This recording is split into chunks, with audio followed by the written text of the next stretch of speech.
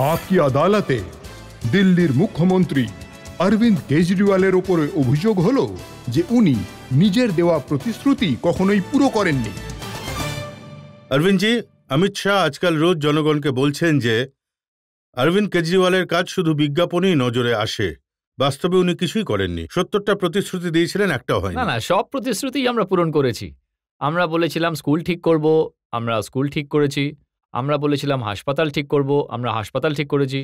আমরা বলেছিলাম বিদ্যুতের দাম অর্ধেক করব, বিদ্যুৎ ফ্রি করে দিয়েছি। আমরা বলেছিলাম 20,000 লিটার জল বিনামূল্যে দেব, আমরা জল দিয়েছি। আমরা রাস্তাঘাট, নালা, গলি, যা যা প্রতিশ্রুতি আমরা দিয়েছিলাম প্রায় সব প্রতিশ্রুতি আমরা পূরণ করে দিয়েছি। দেখুন, এই যে 2015-র ম্যানিফেস্টো আপনাদের ছিল, সেটা আছে আমার কাছে। আপনি এতে লিখেছেন যে 500টা নতুন স্কুল বানাবেন। এখন অমিত শাহ বলছেন যে সেই স্কুলগুলো ঠিকানা তো বলে দিন, কোথায় হয়েছে। হ্যাঁ, তো অমিত শাহজিকে আমি আপনার প্রোগ্রামের মাধ্যমে আমন্ত্রণ জানাতে চাইবো যে আমার সঙ্গে চলুন। আমি আগেও বলেছিলাম চলুন আমার সঙ্গে চলুন, আমি আপনাকে স্কুল দেখাবো।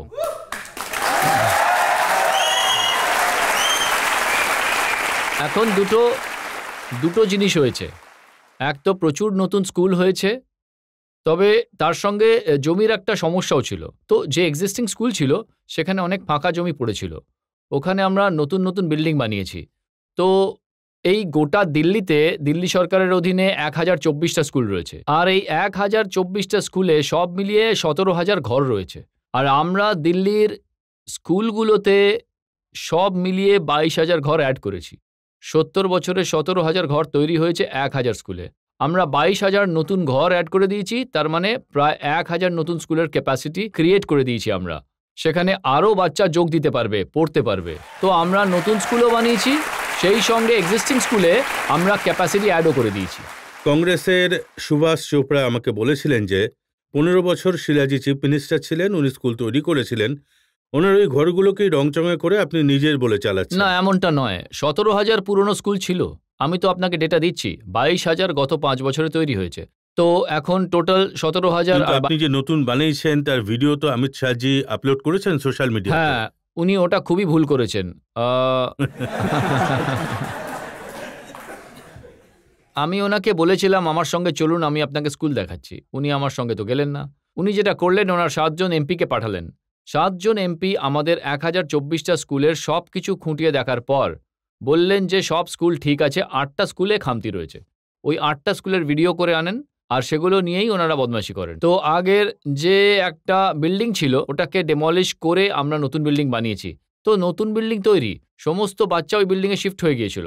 পুরনো বিল্ডিংটাকে ডেমলিশ করা হচ্ছে, ভাঙাচোরা বিল্ডিং পড়ে রয়েছে, তাতে বুলডোজার চলবে। সেই সব 8টা স্কুলের ফটো তুলে নিয়ে এসে দেখাচ্ছে, এই দেখুন।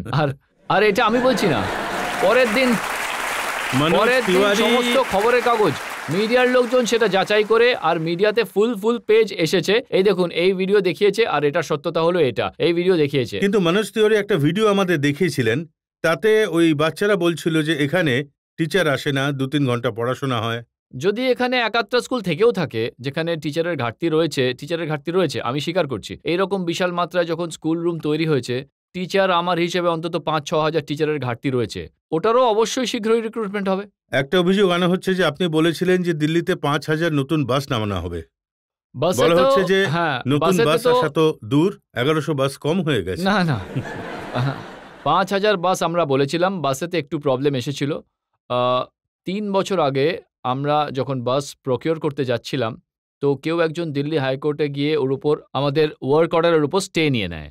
তো সেই স্টেটাকে সুপ্রিম কোর্ট থেকে ভ্যাকেট করাতে 2-2.5 বছর লেগে যায়। এখন বাস আসা শুরু হয়ে গেছে। আমরা অন্তত 4,000 বাসের অর্ডার দিয়ে দিয়েছি। আপনি খবরের কাগজে পড়ে থাকবেন, প্রতি সপ্তাহে 100, 150, 200 বাস আসছে বলে বাসও আসছে। না এমনটা নয়, এটা কোইন্সিডেন্স। আগামী 3-4 মাসের মধ্যে সমস্ত 4,000 বাস চলে আসবে। আপনার আরও একটা প্রতিশ্রুতি, যার উল্লেখ জেপি নাড্ডা, যিনি ভারতীয় জনতা পার্টির নতুন সভাপতি হয়েছেন, উনি বলেছেন দিল্লিতে 30,000 বেড হসপিটালে দেবেন। আপনি এটার কথা দিয়েছিলেন। উনি বলছেন যে 5 বছরে 200 বেড কম হয়ে গেছে। না, এটা ভুল কথা বলছেন।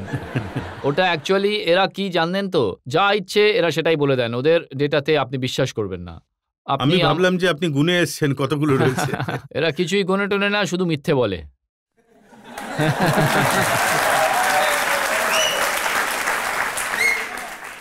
উনি তো বলছেন যে মিথ্যে বলার ব্যাপারে কেজরিওয়াল সবার আগে রয়েছে। তো আমি আপনাকে ইনভাইট করছি, আর আপনি অমিত শাহজিকেও আপনার চ্যানেলের মাধ্যমে লিখুন। আমি আর অমিত শাহজি স্কুলগুলোতে যাই, আর স্কুলগুলোর মাধ্যমে যেভাবে শিক্ষার বিপ্লব এখন দিল্লিতে এসেছে সেটা গোটা বিশ্ব দেখছে। কিন্তু আজ দিল্লির স্কুলগুলোতে যে পরিবর্তন এসেছে এটা কিন্তু শুধু দেশ নয়, বিশ্বের কাছে একটা কেস স্টাডি। দিল্লির হেলথ সেক্টরে যে রিফর্ম এসেছে, মহল্লা ক্লিনিক তৈরি হয়েছে, মহল্লা ক্লিনিক দেখার জন্য কোফি আন্নান এসেছিলেন স্পেশালি ইন্ডিয়াতে, নরওয়ের ফর্মার প্রাইম মিনিস্টার এসেছিলেন দেখতে। ইউএন এটার ব্যাপারে বলেছে যে এটা খুব সুন্দর হয়েছে, মহল্লা ক্লিনিকে যে মডেল রয়েছে সেটা খুবই সুন্দর। তো গোটা বিশ্বের প্রশংসা করছে। প্রায় 2 কোটি মানুষের এখনো পর্যন্ত চিকিৎসা হয়েছে এখানে, 2 কোটি পেশেন্ট এখানে চিকিৎসা করিয়েছেন গত 5। তো ভালো জিনিসই হচ্ছে। ওটারও ভিডিও নাড্ডাজি আপলোড করেছেন। ওটাও ভুল করেছেন, ওটাও উনি বদমাইশি লোকজন করেছেন। বলছেন যে যেখানে মহল্লা ক্লিনিক রয়েছে সেটা হাইজেনিক নয়, ওর পাশে লোকজন ইউরিনেট করে, দুর্গন্ধ আসে। উনি যা করেছেন, প্রায় 1.5-2 বছর আগে কিছু মহল্লা ক্লিনিক তৈরি হয়ে গিয়েছিল, ডক্টরদের অ্যাপয়েন্টমেন্ট তখনও হয়নি। ওই অ্যাপয়েন্টমেন্ট হতে 6-7 মাস লেগে গিয়েছিল, ততদিন ওগুলো খালি পড়েছিল। তাই ওই সময় একটুখানি, তো যখন ডাক্তারদের অ্যাপয়েন্টমেন্ট হয়ে গেল আর ডাক্তাররা বসা শুরু করলো, তখন ওগুলো রিফারবিশ করে দেওয়া হয়। এখন সব কটা চালু হয়ে গেছে। নাড্ডাজি তো হেলথ মিনিস্টারও ছিলেন, তাও এই ধরনের কথাবার্তা বলেন। উনি যেটা টুইট করেছেন, উনি লিখেছেন যে দিল্লিতে যে হসপিটাল রয়েছে সেখানে না সিটি স্ক্যান হয়, না এক্সরে মেশিন আছে, না অপারেশন হতে পারে, না ওষুধ আছে, না ব্যান্ডেজ করা যায়। তাহলে ওগুলো কিরকম হসপিটাল? চলুন আমার সঙ্গে, আমি আপনাকে দেখাচ্ছি। দিল্লির মধ্যে কেন্দ্র সরকারের হাসপাতাল রয়েছে, দিল্লি সরকারেরও হাসপাতাল রয়েছে। দুটোর মধ্যে একটাই তফাৎ রয়েছে। আপনি কি করে বুঝবেন এটা কেন্দ্র সরকারের নাকি দিল্লি সরকারের? আপনি কোনো একটা হাসপাতালে যান, যদি সেই হাসপাতালের মধ্যে সবকিছু ফ্রি থাকে, চিকিৎসাও, টেস্টও, ওষুধও ফ্রিতে পাওয়া যায়, তার জন্য জানলা খোলে, তাহলে বুঝবেন এটা দিল্লি সরকারের। যদি ওই হাসপাতালে চিকিৎসার জন্য টাকা লাগে, টেস্টেরও আর ওষুধেরও, আর যদি জানলা না খোলে, ওষুধও যদি না পাওয়া যায়, তাহলে বুঝবেন এটা কেন্দ্র সরকারের। কিছু লোকের ভিডিওয়ে লোকজন বলছেন যে হসপিটালে গেলে ডাক্তাররা বলেন যে ওষুধই নেই। না, এমনটা নয়, এমনটা হতেই পারে না। আমি পার্সোনালি অ্যাজ চিফ মিনিস্টার প্রতি সোমবারে 11টার সময় আমার কাছে রিপোর্ট আসে। দিল্লি সরকারের প্রতিটা হাসপাতালের ওষুধের স্টেটাস আসে, কোন হাসপাতালে কোন ওষুধ অ্যাভেলেবেল রয়েছে আর কোন ওষুধ নেই। যেই ওষুধ অ্যাভেলেবেল থাকে না সেটা আমি আনানোর ব্যবস্থা করি। আচ্ছা, আপনার ম্যানিফেস্টোতে ইলেকট্রিসিটি বিলের একটা প্রতিশ্রুতি রয়েছে, এটা আমি পড়েছি। আপনি লিখেছেন যে আম আদমি পার্টি যদি সরকার গঠন করে তাহলে সবার ইলেকট্রিসিটি বিল অর্ধেক হয়ে যাবে। বিদ্যুৎ ফ্রি হয়ে গেছে। কার কার ফ্রি বিল আসে? ফ্রি হয়ে গেছে বিদ্যুৎ সবার না, 200 ইউনিট পর্যন্ত ফ্রি রয়েছে। হ্যাঁ, আজ দিল্লিতে প্রায় 72% মানুষের বিদ্যুতের বিল জিরো আসছে। দেখুন, মনোজ তিওয়ারি যখন এসেছিলেন তো উনি এই বিল দিয়ে গেছেন। একটা দুটো আমি রেখে দিয়েছি, অনেকগুলো ছিল ওনার কাছে। 35 ইউনিট বিদ্যুৎ পুড়েছে, কিন্তু পুরো 40 টাকা বিল এসেছে। এখন এটা নকল তো হতে পারে না, কারণ পেছনে আপনার ছবি ছাপা রয়েছে। দ্বিতীয়টারও পেছনে আপনার ছবি ছাপা আছে। আচ্ছা, এতে হয়তো একটা কোনো অ্যাবারেশন হবে, আদারওয়াইজ এখানে সব মানুষ যারা বসে আছেন তারা সাক্ষী, দিল্লির জনগণই বলবেন যে জিরো বিল আসছে। যদি আপনি এটার আমাকে ফটোকপি দেন, আমি চেক করাবো। তো এরকম অনেক বিল উনি এনেছিলেন, এত বিল ছিল ওনার কাছে, সেখান থেকে দুটো আমি চুপিসারে রেখে দিয়েছি। না, হতে পারে কোনো একটা সিরিজের মধ্যে কোনো অ্যাবারেশন হয়ে গেছে, আমি চেক করি। আমি আপনাকে এইসব বিল পাঠিয়ে দেব। এবার জলের প্রশ্নে আসি। আপনি বলেছেন যে এবার সবাই সস্তায় জল পাবেন, কিন্তু সবাই তো পাননি। 20,000 লিটার পর্যন্ত জল ফ্রি রয়েছে। এখন এই জলের ব্যাপারে অমিত শাহজি কি বলেছেন জানেন আপনি? উনি বলেছেন যে 31টা শহরে জলের স্যাম্পল নেওয়া হয়েছে, সব থেকে খারাপ জল দিল্লির বেরিয়েছে, সবার নিচে। এতে যখন আমরা টেক ওভার করেছিলাম, দিল্লির মধ্যে জলের সেক্টর সব থেকে খারাপ ছিল। 70 বছরের মধ্যে ওনারা সব গন্ডগোল করে রেখেছিল। আমরা লিস্ট বানাই সমস্ত এলাকার যেখানে যেখানে জল খারাপ আসছিল। 2300 এরকম এলাকা বেরোয়, 2300 যেখানে খারাপ জল আসছিল। কোথাও সিভারের সঙ্গে মিক্স হচ্ছিল, কোথাও জলের পাইপলাইন লিক করছিল, কোথাও জলের লো প্রেশার ছিল। আমরা 2300-র মধ্যে বেশিরভাগই সব ঠিক করে দিই, পাইপলাইন চেঞ্জ করে দিই, সব কিছু করে দিয়েছি। এখন 125টা মতো পড়ে রয়েছে যেখানে এখনো জল খারাপ আসছে। ওই 125টা জায়গাও আমরা ঠিক করাচ্ছি, ওই সব কিছুরও স্ট্যাটাস রয়েছে আমাদের কাছে। 1 থেকে 1.5 বছরের মধ্যে ওই 125টা জায়গাও ঠিক হয়ে যাবে, আর সমস্ত দিল্লি পরিশ্রুত জল পাবে। তো আর উনি যদি গোটা দিল্লির মধ্যে থেকে মাত্র 11টা স্যাম্পল নিয়েছিলেন, যদি আপনি বেছে বেছে 11টা স্যাম্পল নেন ঠিক যেখান থেকে খারাপ জল আসছে, তাহলে আপনি একটা স্কেয়ার ক্রিয়েট তো করবেন। দেখুন, আপনার যেটা প্রতিশ্রুতি ম্যানিফেস্টোতে ছিল 5 বছরের মধ্যে সবাইকে 24 ঘন্টা তো সম্ভব নয়, অন্ততপক্ষে প্রতি ঘরে 2 ঘন্টা জল তো অবশ্যই আসবে, আর পরিষ্কার জল আসবে। 2 ঘন্টা জল আসছে, আর পরিশ্রুত জল যেটা আমি 2300 বলেছিলাম তার মধ্যে 125টা শুধু বাকি, সেটাও আমি 1-1.5 বছরের মধ্যে ঠিক করে দেব। কিন্তু আপনি বলছেন ওরা সব গন্ডগোল পাকিয়ে গেছে। গন্ডগোল কে পাকিয়েছে? অমিত শাহজি স্পিচ আমি শুনছিলাম, উনি বলছিলেন যে দিল্লির জল বোর্ড প্রথমে ওখানে 22 কোটি টাকার ঘাটতি ছিল, যবে থেকে অরবিন্দ কেজরিওয়াল চেয়ারম্যান হলেন 800 কোটি টাকার ঘাটতি হয়ে আমি গেল। জানি না কোথা থেকে এই সব ফিগার উনি জোগাড় করেন, ভগবানই হলো ওনার ফিগারের মালিক, ওনার কথায় বিশ্বাস করবেনই না। মানে ভারতীয় জনতা পার্টি হলো মিথ্যে কথার ফ্যাক্টরি। আচ্ছা, এই কথাটাকে ঠিক যে আপনি প্রতিশ্রুতি দিয়েছিলেন যে দিল্লিতে 10 থেকে 15 লক্ষ সিসিটিভি ক্যামেরা লাগিয়ে দেবেন? আমি কথা দিয়েছিলাম গোটা দিল্লিতে সিসিটিভি ক্যামেরা লাগিয়ে দেবো। সিসিটিভি ক্যামেরা লাগানো শুরু হয়ে গেছে, 1.5 লক্ষ লাগানো হয়ে গেছে, 1.5 লক্ষ আরও লাগানো হচ্ছে, তো টোটাল 3 লাখের অর্ডার হয়ে গেছে। কিন্তু নম্বরের দিকে আমি যাচ্ছি না। গোটা দিল্লিতে কোনায় কোনায় সিসিটিভি ক্যামেরা লাগানোর জন্য 30 লক্ষ ক্যামেরার দরকার পড়লে 30 লাখই লাগবে, কিন্তু দিল্লির প্রতিটা জায়গা সিসিটিভি ক্যামেরায় মুড়ে দেবে। আরও একটা ভালো কথা হলো, যেখানে যেখানে সিসিটিভি ক্যামেরা লাগানো হচ্ছে সেখানে ক্রাইম রেট অনেকটাই কমে গেছে। আর খুবই অ্যানেকডোটাল আমি শুনতে পাচ্ছি, অনেকেই বলছেন আমাদের গলিতে মদ খেয়ে কিছু লোক বদমাইশি করতো, কিন্তু সিসিটিভি ক্যামেরা লাগানোর পর তাদের দেখা যায় না, যারা জুয়া খেলতো তাদের আর দেখা যায় না। তো এইভাবে অনেক ইমপ্রুভমেন্ট আসছে ল অ্যান্ড কিন্তু অর্ডার। আজ আমি বিজেপি নেতাদের ভাষণ শুনলাম, সবাই এটা বলছেন ওই যে 1.5 লক্ষ সিসিটিভি ক্যামেরা লাগানোর দাবি আপনি করছেন, তার মধ্যে 1,25,000 তো মোদিজি লাগিয়েছেন। মানে এরকম লোকও রয়েছে, মানে মানে যে কোনো জিনিসের ক্রেডিট নিয়ে যাবে। আপনাকে আমি একটা এক্সাম্পল দিচ্ছি। এই কিছুদিন আগে অমিত শাহজি লাজপত নগরে আসেন। লাজপত নগরে স্টেজ থেকে বলেন যে কেজরিওয়াল বলেছেন যে আমি দিল্লিতে সিসিটিভি ক্যামেরা লাগাবো 15 লাখ, যেটা আপনি বলেছেন 15 লাখ সিসিটিভি ক্যামেরা লাগাবো।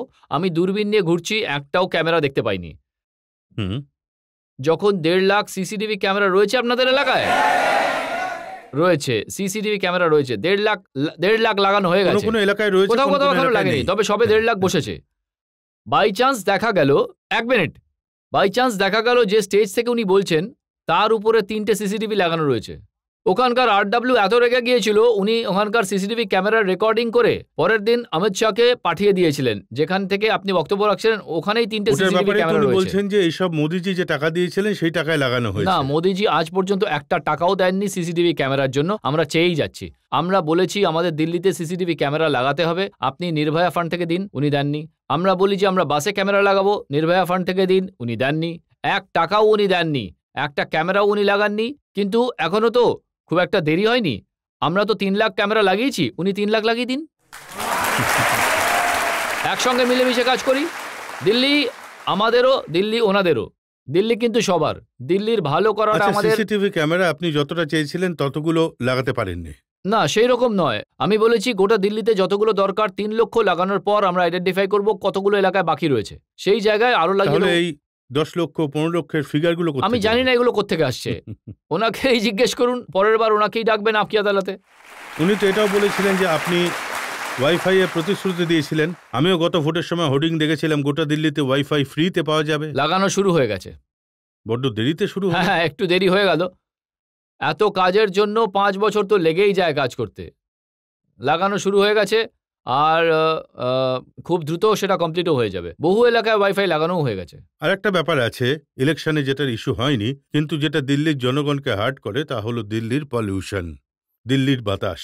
দিল্লির বাতাসে বিষ রয়েছে, আর মানুষের এটা কষ্ট হয় যে 5 বছর আপনার সরকার রয়েছে আর পলিউশনের জন্য আপনি কিছুই করেননি। করেছি। আমি আপনাকে একটু ডেটা দিচ্ছি।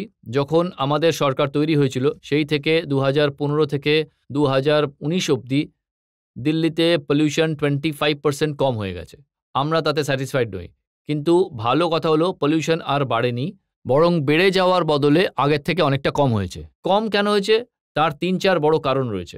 একটা কারণ হলো প্রথমে দিল্লিতে বড্ড বিদ্যুৎ চলে যেত, পাওয়ার কাট বড্ড বেশি হতো। আপনি হয়তো সেটা দেখেছেন, হন্ডার জেনারেটর লাল রঙের হ্যাঁ, সব জায়গায় 6 লাখের কাছাকাছি জেনারেটর ছিল, ওই সবগুলো এখন রিডান্ডেন্ট হয়ে গেছে। দিল্লিতে এখন 24 ঘন্টা বিদ্যুৎ থাকে। এতে এক তো পলিউশন অনেক কম হয়ে গেছে, দ্বিতীয়ত সেন্ট্রাল গভর্নমেন্ট, আমি ক্রেডিট দিচ্ছি যেখানে ক্রেডিট দেওয়ার আমি ওদের ক্রেডিট দিই, central government east West peripheral way তৈরি করেছে, দিল্লির চারপাশে এক ধরনের রিং রোড তৈরি করেছে। তো আগে একটা স্টেট থেকে অন্য স্টেটে, মানে ইউপি থেকে হরিয়ানা, হরিয়ানা থেকে ইউপিতে ট্রাক যেত, সেখানে প্রায় 40 থেকে 50 হাজার ট্রাক রোজ রাতে প্রবেশ করত। ওরা এখন বাইরে দিয়ে প্রবেশ করে, আর তাতেও পলিউশন কম হয়েছে। দিল্লির মধ্যে আমরা প্রচুর গাছ বসিয়েছি, প্রায় 1100 একর জমিতে অ্যাডিশনাল আমরা গাছ বসিয়েছি, সেটার অনেক বেশি প্রভাব পড়েছে। তো এই ধরনের অনেক স্টেপ আমরা নিয়েছি, কিন্তু এখন আরো অনেক ধরনের স্টেপ নিতে হবে। আগামী 5 বছরে পলিউশন আরো কম করতে হবে। একটু মজা করে মানুষ বলে যে যখন কেজরিওয়াল এসছিলেন তখন উনি নিজে কাশতেন, আর 5 বছরে গোটা দিল্লি না, এমনটা নয়। একটু কাশি, 25% কাশি কম করেছি, সবার 25% কাশি কম করিয়ে দিয়েছি। ঠিক আছে, জনগণের মধ্যে থেকে যদি কেউ প্রশ্ন করতে চান। আমি এটা জিজ্ঞেস করতে চাইছি, যবে থেকে আপনার সরকার এসেছে দিল্লিতে ইলেকট্রিসিটি ফ্রি হয়ে গেছে, ওয়াটার জলও ফ্রি হয়ে গেছে, আর বাসের মধ্যে ট্রান্সপোর্টেশনও আপনি খুবই নমিনাল করে দিয়েছেন। তো অন্য স্টেটের লোকজনরা এখানে চলে আসবেন দিল্লিতে আর বসতি করে ফেলবে, লোক এখানে থাকতে শুরু করে দেবে। এমনিতেই এত পপুলেশন রয়েছেন, আরো লোক চলে এলে কন্ট্রোল কিভাবে করবেন? তার মানে হলো যে যদি দিল্লিতে বেশি লোক এসে যায় তাহলে দিল্লিকে ভালো বানানো যাবে না।